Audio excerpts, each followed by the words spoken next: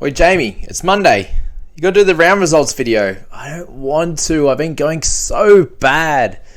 But look, you actually went well this week. What? I came 133rd this week? We are back, baby. Come on.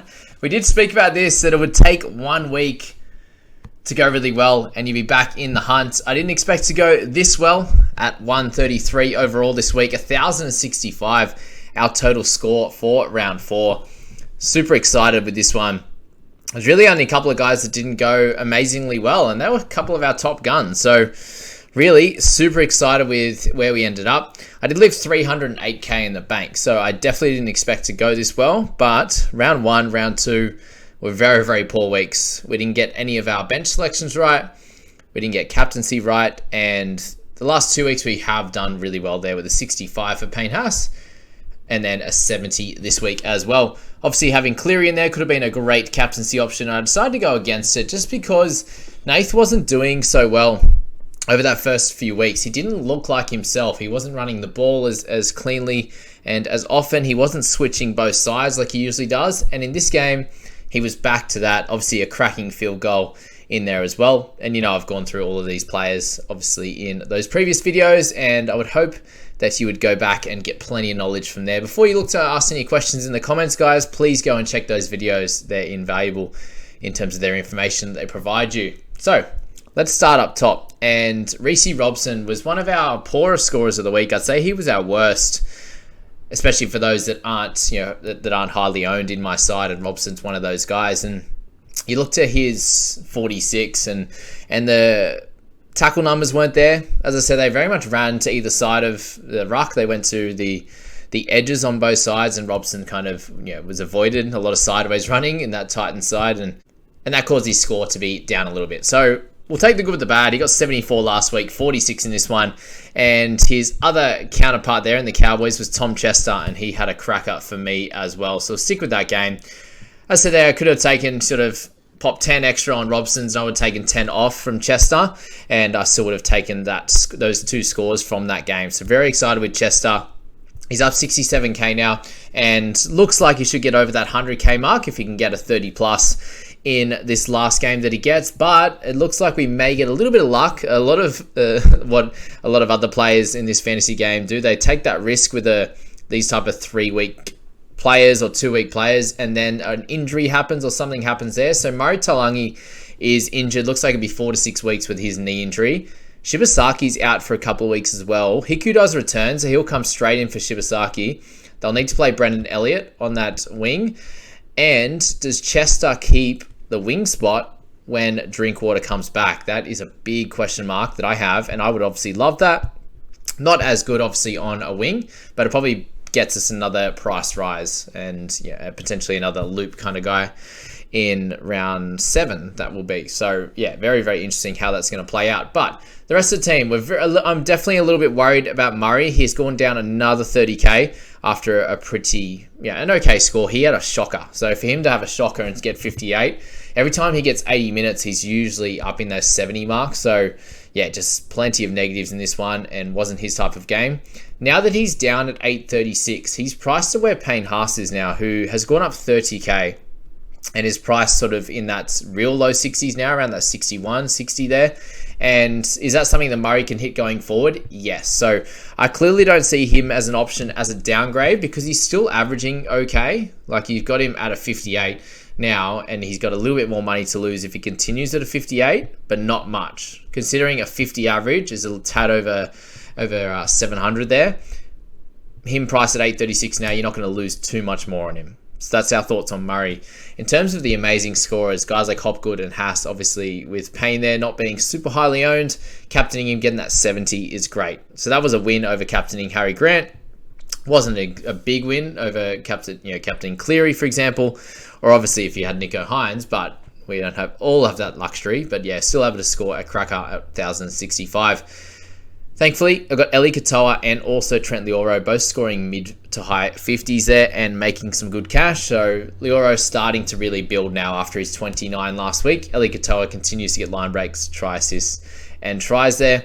Cartwright, I'm so glad I picked him up in round 2. If you missed out on him from here, you do have to leave him now, I think. With Sean Lane coming back, I'd imagine you're going to see him take Cartwright's spot. Madison will probably play in the middle for the time being with Junior Barlow out there. But yeah, going forward, I just think there's too many question marks with Cartwright if you didn't own him. Lockie Ilias worked out really well for me. I've made about 60k on him now, which is good. And a 58, averaging 48 so far for the year. I think he can be a 40-point scorer. Like I spoke about, we just had that pretty low one in that round 2, and the 34 last week was fine. But you know, these lower scoring games can work out for these middles and also the halves sometimes if he's going to kick a lot. And as I said, that confidence that he's going to get out of this game is going to be super. And I think you need to really take that into account with a bunch of different players that if they can come out and jag a try, if they can get a couple of good runs, defend without missing tackles, they build that massive confidence. And you can see that with guys like Sean Johnson, Ilias with his defense, for example. You've also got Sam Walker, these types of guys that have gotten better in the off-season defensively, and that's really showing in their output. Cleary, obviously holding him was great.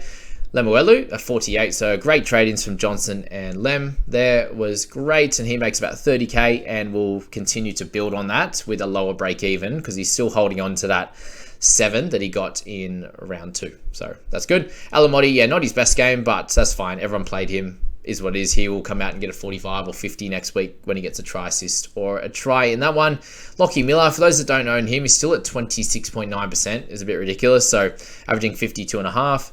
Decided that Warbrick was the play against Tigers, and this week I think I'll be able to loop Suali'i. He plays the first game. I'll probably pop him in the 5. If I keep Talau, then I can clearly loop at least one Suali'i there and see how he goes. I can loop him in the wing fullback or the centre. So I'll probably look at guys like Chester as potential guy. Warbrick as a potential guy to not play, considering they have a pretty tough matchup coming up against the South. So I can't expect him to go nuts this week, but Tigers was a definite play here. And you saw with Hughes being out that really helped Warbrick. They did go right a fair bit more and give him some early pill.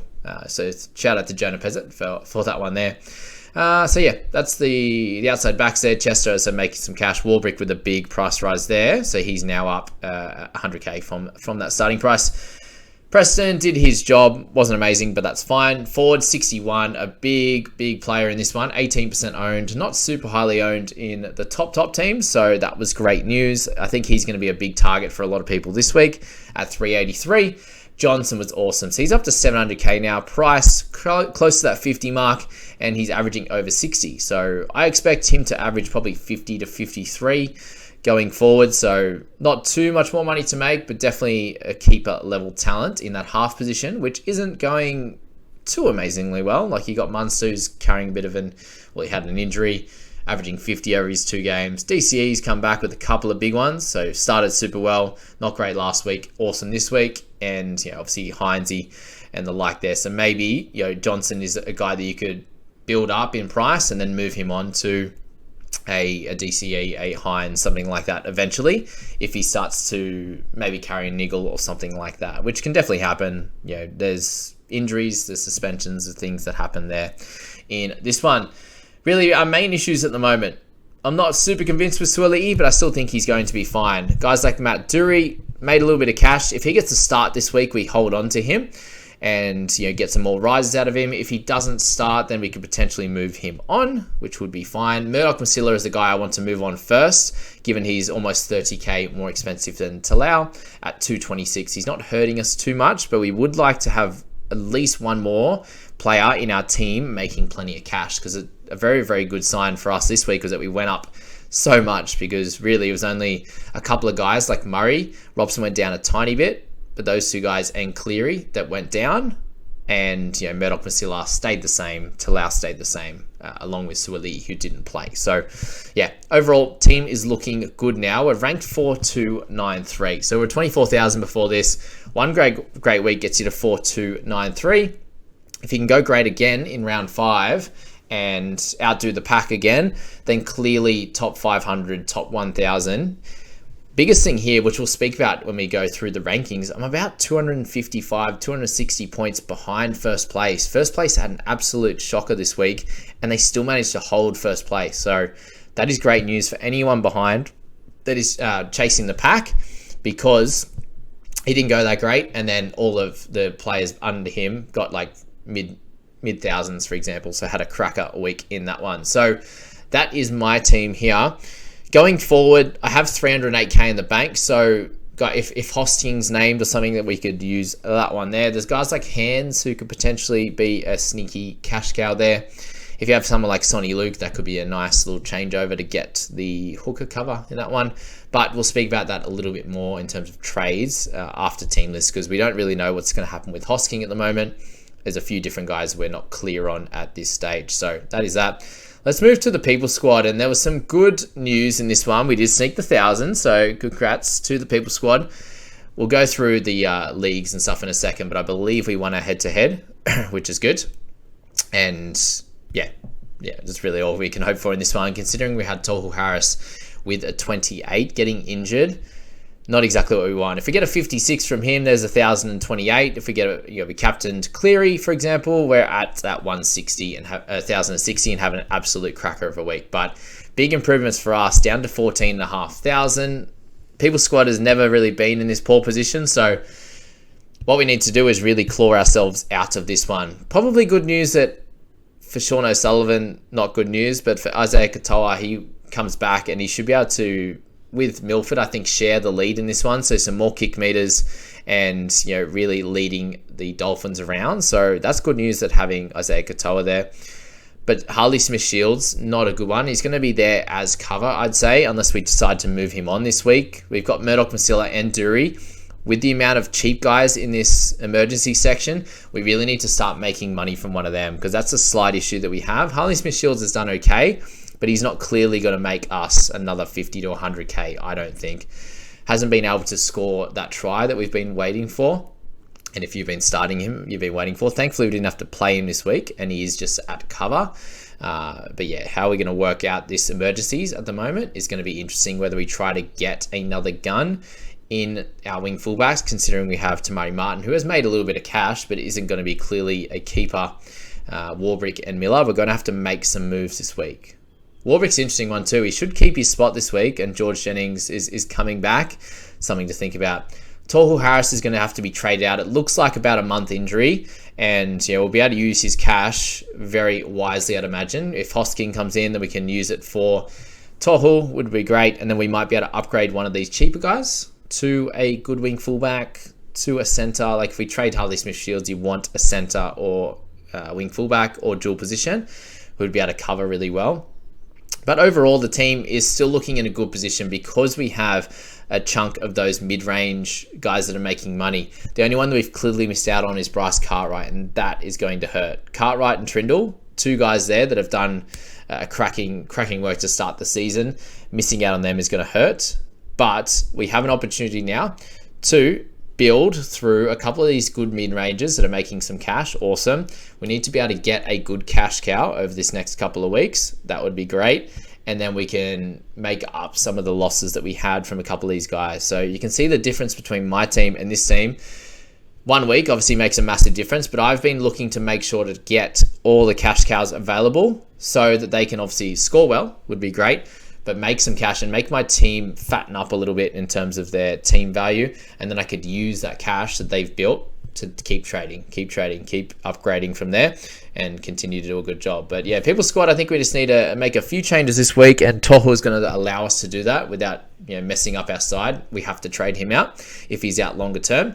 So that is that one there. So let's look at, we'll go to the rankings to start actually, and then we'll go through some of the leagues for this team and also the People Squad for my team, sorry.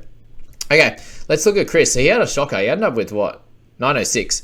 With everyone getting close to that 1,000 mark. This is a team that, yes, has a much better squad value than us, but had a pretty poor week. So 906 and managed to keep the top spot. So pretty crazy. Wing fullbacks all in just in the 40s there and 30s. Had Reynolds this week. Played Tyrell Sloan on the bench and missed out on Warbrick. So that was huge. Don't know what happened here in terms of not getting anywhere near Khan Pereira or Warbrick's score. not being able to loop Katoa. Should have been done. Didn't happen. But yeah, is what it is. Very strange on that one. Should have been looping someone. Should have looped Cartwright. Should have done something there, but just didn't happen.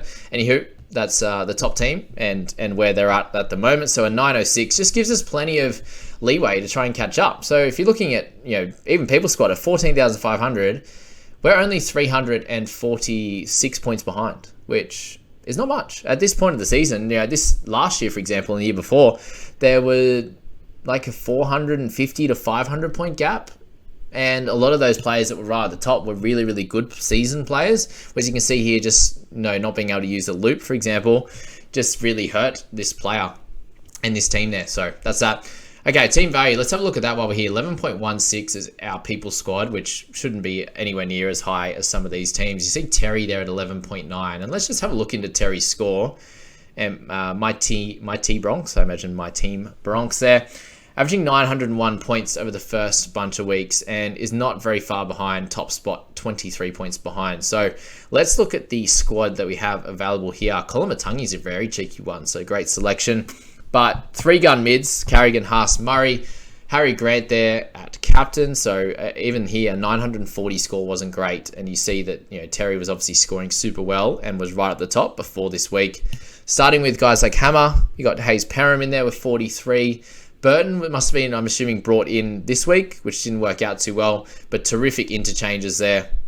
As Kennedy, who's been scoring tries each and every week. And I'm not too excited about the emergencies now with Luke injured, Warbrick, Harley Smith-Shields. Having Kennedy, Nickel Cook-Star obviously did well, but not super confident just in that wing fullbacks at the moment. The halves, like Tamari Martin and Burton, it's not good. To have that, it's not exciting. So very heavy up top, edge, mid, hooker. Has Eli Katoa, doesn't have Trent Leoro. So there's a few negatives in this one, but obviously had a cracker first 3 weeks. So there's definitely ways to try and catch up to these teams, even with their awesome squad values. If you're sitting there, I think I'm sitting about 11.4, 11.5, and I've had a real shocker. So I'm really not too far on squad value from most of these top teams. 11.4, 11.5, 11.6, 11.7 is the majority of 11.3s. Yeah, plenty of different guys there. You look at Sam here. A little shout out to Sammy. Dick Insider Haas. Everyone has so many names for Payne Haas. It's hilarious. Tohu Harris there, 28. Obviously hurt this man, but still got 1,028. So shows where building up that extra cash, sitting there with Carrigan on the bench, did well with Trindle. Has Cartwright there. Has Lemuelu, has Cleary, has Johnson, Miller. Went with Chester like myself. Plenty of cash up top as well. So very much shows that you can build a really strong 21 if you think about it, if you make sure you get the right cash cows in and you do a good job there. So yeah, big shout out to all the guys in this top 30 that I've gone past. You're all doing awesomely well, but we're coming for you. Don't you worry about that. So yeah, I just thought it'd be very cool to have a look at those opening few teams. Let's look at the podcast battle. The Community Cup, we're sitting in 4th, which is delightful, and we snuck a nice win in this one. So let's go to the ladder, which is beautiful, and look at all those teams there. So some good wins for the top teams here. I see the Fantasy Lounge. Congratulations to them. 3 out of 4. That's just like us there. We've got the Only Lads team, the Groupies, the AFGs. They're 3 on the trot, which is good. Our points differential is not that great, so we are sneaking wins there without big wins. That's that there, pretty cool. So Talking League, none from 4. They're getting pumped at the moment. I don't even know if did they even improve their team at all. We'll have a look at that in a second. But yeah, so we're sitting good in that one. Where in terms of points, we're not the highest at all. As I said, with that negative differential, we're not ranked that well, but to come in and win a few of these games is very good. And now we're going to go back to my squad and check out all the leagues in that one. We've got all my head-to-heads. We have the private group. We also have the fantasy NRL Fantasy Analysis community to go through in there as well. So massive shout out to these legends in the top 10 of my NRL Fantasy Analysis community. Ryan there, who didn't have a cracker week this one, but 942.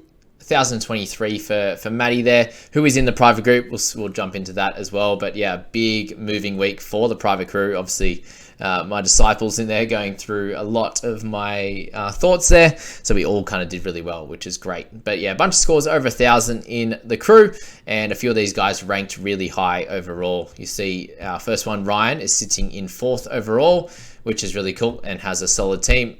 Maddie there all the way down to 75th overall, which is great. So one of the private group members is going to win, and Maddie is clearly doing well at the moment. So yeah, big shout out to all these guys.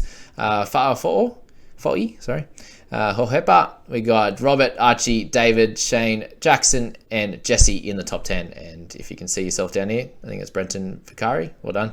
But yeah, that's that one there. We'll move to my other leagues that are doing pretty well. I won all of them, which is great. I was excited to see that. Absolutely smashed Aaron's wood. Oh, that's good. Nice. Gumby ended up he got all the nice updates there with Sloan and stuff, so he ended up sneaking closer. But yeah, big week for AFG Gumby, who was in our Discord crew there. We had Dent, who had a 934, not his best one. Great Malenko, 929. I'm 10th in the Battle of the Podcast, so a big improvement there. We're all pretty close up the top now. No one clearly dominating at the moment, but still plenty of room to improve over the next few weeks. So I was down pretty low after last week, but a massive bounce back there. And yeah, I just we have a shout out to give here for a lovely Daniel Pillman.